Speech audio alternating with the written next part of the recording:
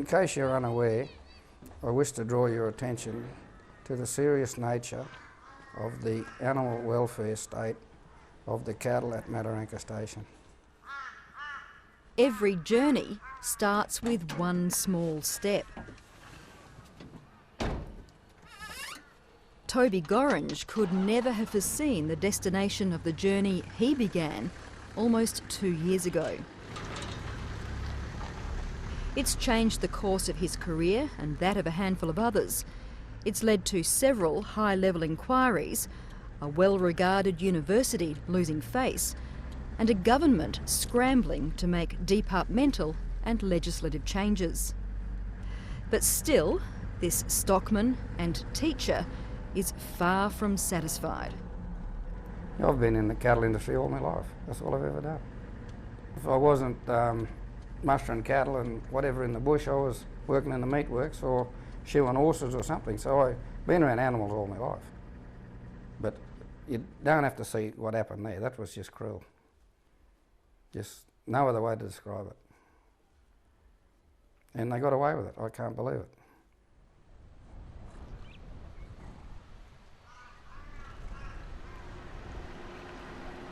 When Charles Darwin University came into being 8 years ago, it inherited the lease on Mataranka Station.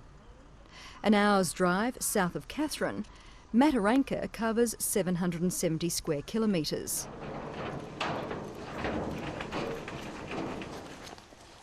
The property and its largely Brahman herd have provided a useful tool for training students who want to work on the land.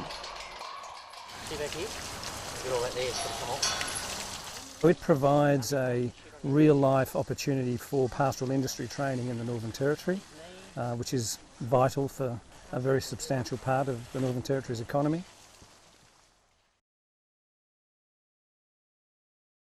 But in mid-2009, a picture started emerging that all was not well at Mataranka. A former NT Brahman Breeders chairman, Ian Gray, was the station manager at the time, and is seen here in an earlier Landline story. Toby Gorringe worked under Ian Gray. He says he complained to his boss that cattle were starving. Photos were taken of some of the dead and dying animals. I've seen cows lying down and can't get up, and their calves are waiting around for them to get up, and they can't. So I've seen dead cows and dead calves together, and dingoes have eaten them alive, ants, pigs, things like that. This is a letter I wrote to the HR of CDU. A vocational trainer in beef cattle and horse management, Toby Gorringe took his complaints further up the line within Charles Darwin University, including to the Vice-Chancellor. Still not satisfied, in October of 2009, he wrote to several members of Parliament, and in January last year contacted the Office of the Ombudsman. I kept going right up till I got to the Ombudsman, and at that time I didn't trust anybody, and it's still hard to trust someone because everywhere I went I was shut down. The complaints were certainly valid, and it has been documented quite widely that this is one of the worst animal cruelty cases in Australia. Julie Carlson is the Northern Territory's Deputy Ombudsman.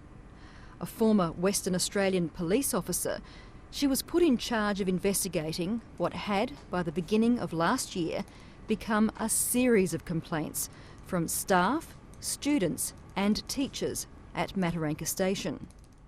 The nub of the investigation found that inadequate food was being provided to the animals, if it was provided at all, that watering points had broken down but were not being repaired in an appropriate time frame. And how many cattle did you find had died in that period? Our estimate was up to 800, and that estimate is based on the information provided to us by the students, by the staff members themselves, by contractors who attended, an independent investigator by the name of Tom Stockwell, who was employed by the university to conduct an investigation. These black marks around its neck are actually flies. A history of poor record keeping at the station and the death of hundreds of stock the previous year due to a badly managed bushfire means the exact number of cattle that died will never really be known. The university disputes the Ombudsman's figure of 800, saying it was more likely to be just over 200, which the Auditor-General confirmed based on the university's own evidence.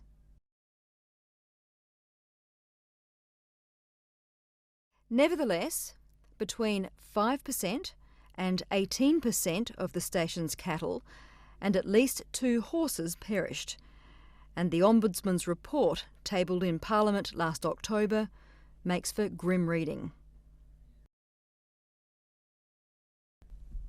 Depriving cattle and horses of food and water to the extent that they become so weak that they drop to the ground is, in my view, neglect as defined in the Animal Welfare Act. In one case, neglect was so severe that the hoof of a horse fell off. This only occurs when there has been months of suffering by the horse. The Ombudsman blamed CDU, Charles Darwin University, and specifically the station manager for failing to provide the fundamental necessities required to sustain life. And the office firmly believed someone should have been prosecuted for animal cruelty. No one ever has been. I personally can't see why this matter was not given the importance it deserved. That the amount of animals that died, whether it was 200 or whether it was up to 800, was not significant enough for some action to be taken. Hello, Mr. Glover. How are you? Pleased to meet you too. The university's Vice-Chancellor is Professor Barney Glover. We met at a tour of Mataranka Station late last month. The university accepts the view of the Ombudsman in relation to that matter is that very poor management at the station, primarily related to the station manager at the time, was a major cause of the difficulties that we faced. But on top of that, I think it's also fair to say that the response to the crisis at the time, and I'm on the public record in acknowledging that by the university, was not quick enough to get supplementary feed to the cattle that were in distress, and that should have been we should have been able to do more quickly.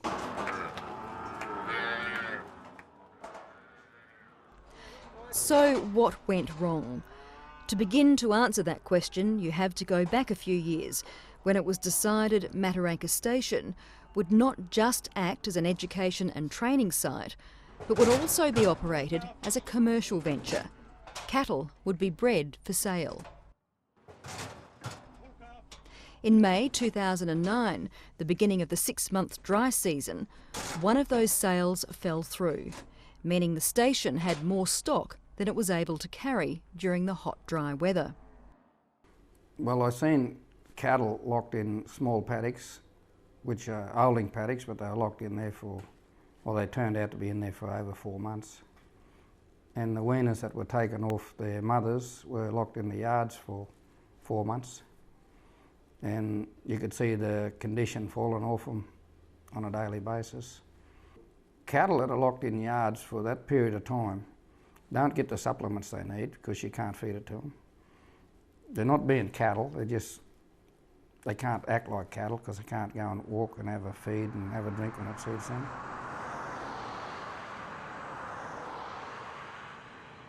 The Katherine Research Station is about an hour's drive north of Mataranka Station. It was from there, in early September 2009, that government livestock officers were dispatched to check out Toby Gorringer's complaints. The inspectors later told the Ombudsman they were absolutely horrified. They reported the animals were tick-infested and starving. There were insufficient water troughs. A departmental vet read the manager Ian Gray his rights because serious charges would be laid. Another officer later told the Ombudsman that after 28 years of conducting inspections, this was the worst case of neglect he had seen on such a large scale. The inspectors said they distributed some feed themselves and even shot cattle that had fallen and couldn't get up. But when it was reported back to their own Department of Resources and to the university, the situation was hosed down. Landline's attempts to speak with the inspectors on camera have been unsuccessful. A departmental email apparently warned staff not to be involved with our program. Instead, we were referred to Fran Kilgariff, who is new to the role of Animal Welfare Authority in the Department of Housing, Local Government and Regional Services. Well, I think what went wrong was that the Animal Welfare branch historically had been focused on small companion animals, dogs and cats and people's pets, and were largely unprepared for something on that scale and with large animals. She agrees with the Ombudsman that there was confusion as to which authorities were responsible for livestock welfare. Look, I think it's fair to say that in many areas people were not focused on what, perhaps not focus is not the right word, there was not a clarity about what people's roles were or what the responsibilities of various bodies were. And it's only when you get an incident that, as tragic as this, that people actually are jolted to think that they need to actually be really clear about what their roles and responsibilities are. In the Northern Territory, to teach with animals, the institution needs a licence and also needs to establish an Animal Ethics Committee in line with the Animal Welfare Act. At Charles Darwin University, the same person who held the licence for Mataranka Station was also the chairperson of the Ethics Committee, as well as being Deputy Vice-Chancellor of the university. The Ombudsman called it an irreconcilable conflict of interest. That man is Professor Bob Wasson, who appeared before a parliamentary inquiry earlier this month. Were you part of the first inspection by the Animal Ethics Committee of the station after the complaints were made? Yes, I was. And in that inspection, did you check the shed to see how much hay was in that shed? Yes, there was zero. In his role on the Ethics Committee, Professor Wasson was notified very early on about the neglect at Mataranka Station. Another AEC member reported the professor would make excuses for the situation at Mataranka. I just want to make something very, very clear, and this is not an attempt at any way to shift responsibility, but the AEC was not the manager of Mataranka. And I think some of this conversation has sort of blurred that boundary. When that conflict of interest was brought to his attention, he immediately resigned to resolve the conflict of interest. Certainly my observations... From the committee, but not from the university? No, but my observation of the Deputy Vice-Chancellor's role during the period of late 2009 and early 2010 was someone who was deeply concerned about the condition of the cattle at Mataranka and very committed to trying to address those difficulties. Straight ahead, too small. In October 2009, this man, Tom Stockwell, independent grazing consultant and owner of Sunday Creek Station, was contacted by Professor Bob Wasson to investigate the situation at nearby Mataranka. His report backed up Toby Gorringer's account of animal neglect, and he recommended dismissal of station management. A management system which starved animals to death, then left them for crows, dogs and ants to finish off, is frankly distressing in the highest order. But Mr Stockwell's recommendations were largely ignored. Now, it seems to me that it was quite apparent by late in 2009, October, November 2009, through Department of Resources reports and also the report by Tom Stockwell, who was employed by the university to have a look at the situation. Contracted by the university. Contracted. It became very apparent that the management was somehow lacking here. Why wasn't the manager, Ian Gray, sacked? We took into account, in the advice that was provided to me, the report from Tom Stockwell, which was a very comprehensive report. We also took into account the responses to that report by those who were named in the report adversely in the context of natural justice. We took that into account while the station manager was stood down, and the recommendation to me was to reinstate the station manager, but with a series of conditions attached. So they put him back on, said he had no case to answer, he's done nothing wrong. So Ian goes in there thinking he's done nothing wrong. So CDU must be at fault there somewhere, because they've already told him killing all those cattle is not wrong. Well, that's how I look at it. They put him back on, you have no case to answer. That's how it looks to me. Ian Gray was finally encouraged to leave Mataranka in June last year, almost a year after the first complaints were lodged, and just as the Ombudsman's findings were coming to light. The university negotiated a termination of the employment contract of the station manager, and he left the university. I don't believe it constitutes any sort of inducement. When the cows come up, we'll get After a 30-year career, Mr Gray says he's unable to get a cattle industry job and now works in mining. He's bitter about being targeted by the university, the Ombudsman and the media, and doesn't want to appear on camera. His supervisor, and the man who steadfastly supported Ian Gray in the face of mounting criticism, was qualified university veterinarian Dr Brian Heim. He told the Ombudsman Mataranka was being held to an impossible standard. He's also left CDU to take up a job at a Queensland agricultural college. We spoke at length on the phone, but he didn't want to be quoted for fear of dragging his new employer into the saga. In April this year, 6 months after the Ombudsman's report was tabled in the Northern Territory Parliament, Minister Malandiri McCarthy announced there would be no prosecutions. There's just 12 months to bring a charge under the Animal Welfare Act, and that time had expired. It is deeply disappointing that no one will be prosecuted, and yes, clearly it is too little too late. The Minister released 2 legal advice documents, one from January warning the limitation for starting prosecution would expire in April. And the opposition claimed it proved the government was well aware time was running out. The fact that the government sat on the January report when they still could have brought a prosecution demonstrates that they were never interested in a prosecution in the first place, and I wonder why that might be. In case you're unaware, I wish to draw your attention. In fact, Toby Gorringe and his partner sent emails to several members of Parliament, including the Chief Minister, as far back as October 2009.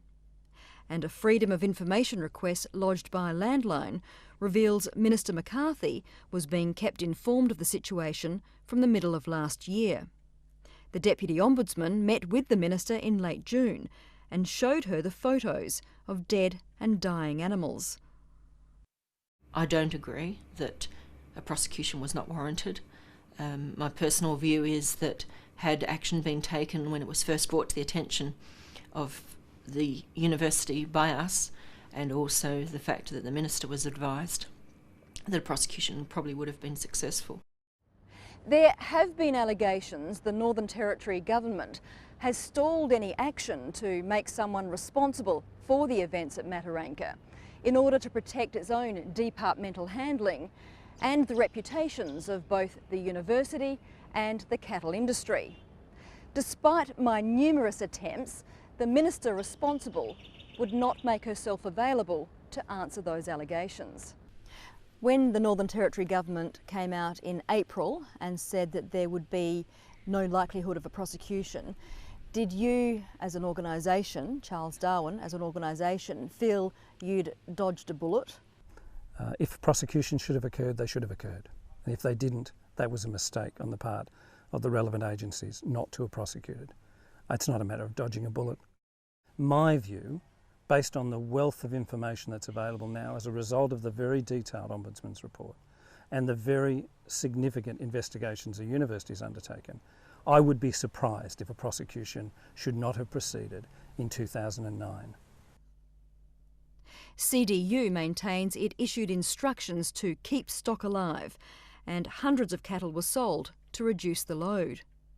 The Vice-Chancellor is adamant the university did not interfere in any way with the government's decision to not prosecute. But as far as I'm aware, never at any time was any suggestion made that anyone should take it easy on the university. Our obligation was to fix the problem and to ensure it could never occur again. We were responsible and we needed to take action. So we did not ask for, we did not seek, and we certainly never covered up any suggestion of the government taking it easy on the university. Okay, and then... Is that clear enough? That is clear enough. That is clear as a bell, and thank you. Nothing exists. With many of its students coming from interstate, the university is at pains to point out that things have changed for the better here at Mataranka Station. Hundreds of thousands of dollars has been spent on infrastructure, the animals are well fed, and a new manager is under contract until 2013.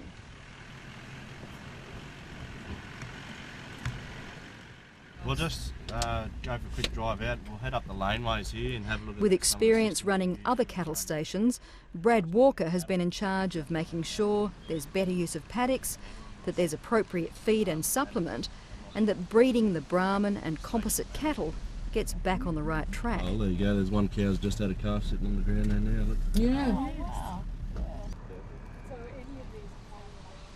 A large new dam provides an inviting spot for a herd of heifers. The university's grievance handling procedures have been overhauled, and there's a body which meets regularly to discuss the workings at Mataranka. And so I'm the independent chairman of the Mataranka Station Advisory Committee, and that comprises of one person from the university, 2 industry people, and a person from the Department of Resources in Katherine. So we have a fairly independent view of what's going on. And are you absolutely convinced that if you found some element here that was not up to scratch, that the university would take immediate notice? Yes. The Vice-Chancellor, I report to the Vice-Chancellor after every meeting, and he's very aware of any issues that may arise, having had to deal with issues in the past. Right, and I need to see you riding in this yard. Yep. Right, I just had a walk at this time. Charles Darwin University is also considering getting out of the cattle business, maintaining the training at Mataranka, but relinquishing the herd. From certainly the perspective of the University Council, our view is we should be focused on our core business, and our core business is really training and education. And so for us to be operating a working cattle station is risky. This is not our business. The saga at the station has also kicked off a series of changes within government, including the appointment of more animal welfare officers. We now are in no doubt that our department, Animal Welfare Branch, is the lead agency in any prosecution. That wasn't really clear before. With the results of a Council of Territory Cooperation inquiry due next month, the Animal Welfare Act is also under scrutiny. Currently the statute of limitations within that Act is 12 months. We're looking at that to see whether that needs to be extended. I think nobody wants to sweep this under the carpet. It's been such a tragic and disastrous sort of issue that nobody wants to sweep it under the carpet. What we need to do is learn from it.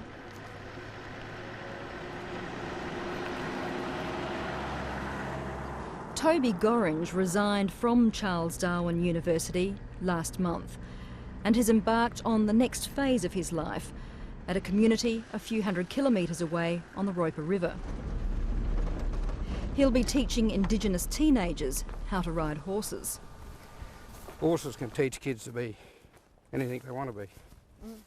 He's been scarred by his experience and believes amidst the current live export debate, the case at Mataranka focuses attention on animal welfare in our own country. Australia wants to go and complain about what's happening in Indonesia, and rightly so, so they should.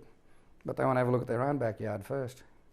This is a training organisation has done as bad or worse than what's happening in Indonesia.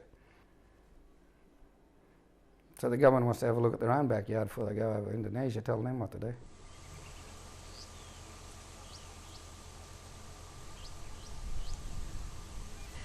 So it's been 2 years now. Is it time to move on? Yeah, it's time to move on. I've moved on. I've gone to Nooka to work for the school, but it's very hard to move on mentally because no one's been charged for what has happened at Mataranka Station. They seem to have got away with animal cruelty, which I don't believe in, and how they got away with it I'll never know.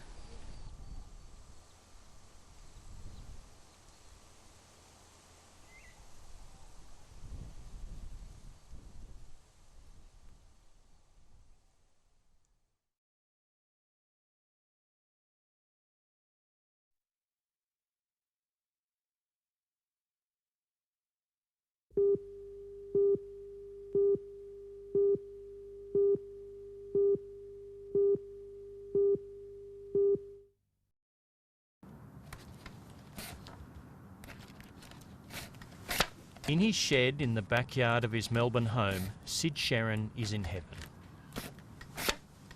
With his ancestors looking down approvingly, he's making an Australian rules football from scratch, using the same techniques pioneered by his great-uncle Tom Sherrin in 1879.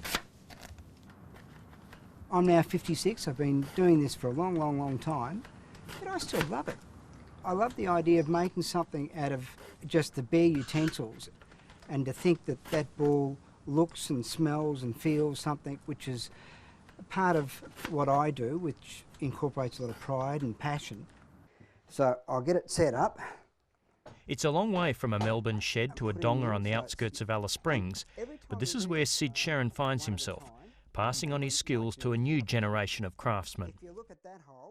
If I could impart some of that knowledge to the people of this community, I think it would be marvellous, simply because it gives them a pride and passion of something that they've done. Not because they love football, but because they can actually see the finished product of what they've done. First lesson, how to sew a football. These young men are from the Morris Soak town camp in Alice Springs, a place where unemployment runs at more than 90%. They're the first group of Indigenous workers to start on an ambitious work program that attempts to combine manufacturing with the love of the game. Aboriginals up here are interested in family, food. I won't say the middle one, F. They do a bit of fighting. There's no doubt about that. There's a lot of violence and ganja and alcohol. But the one resonating thing through all the communities, all generations, for many years is football, their great passion in life. Most of you have got 30 years of good work. The plan is the brainchild of former South Australian cricketer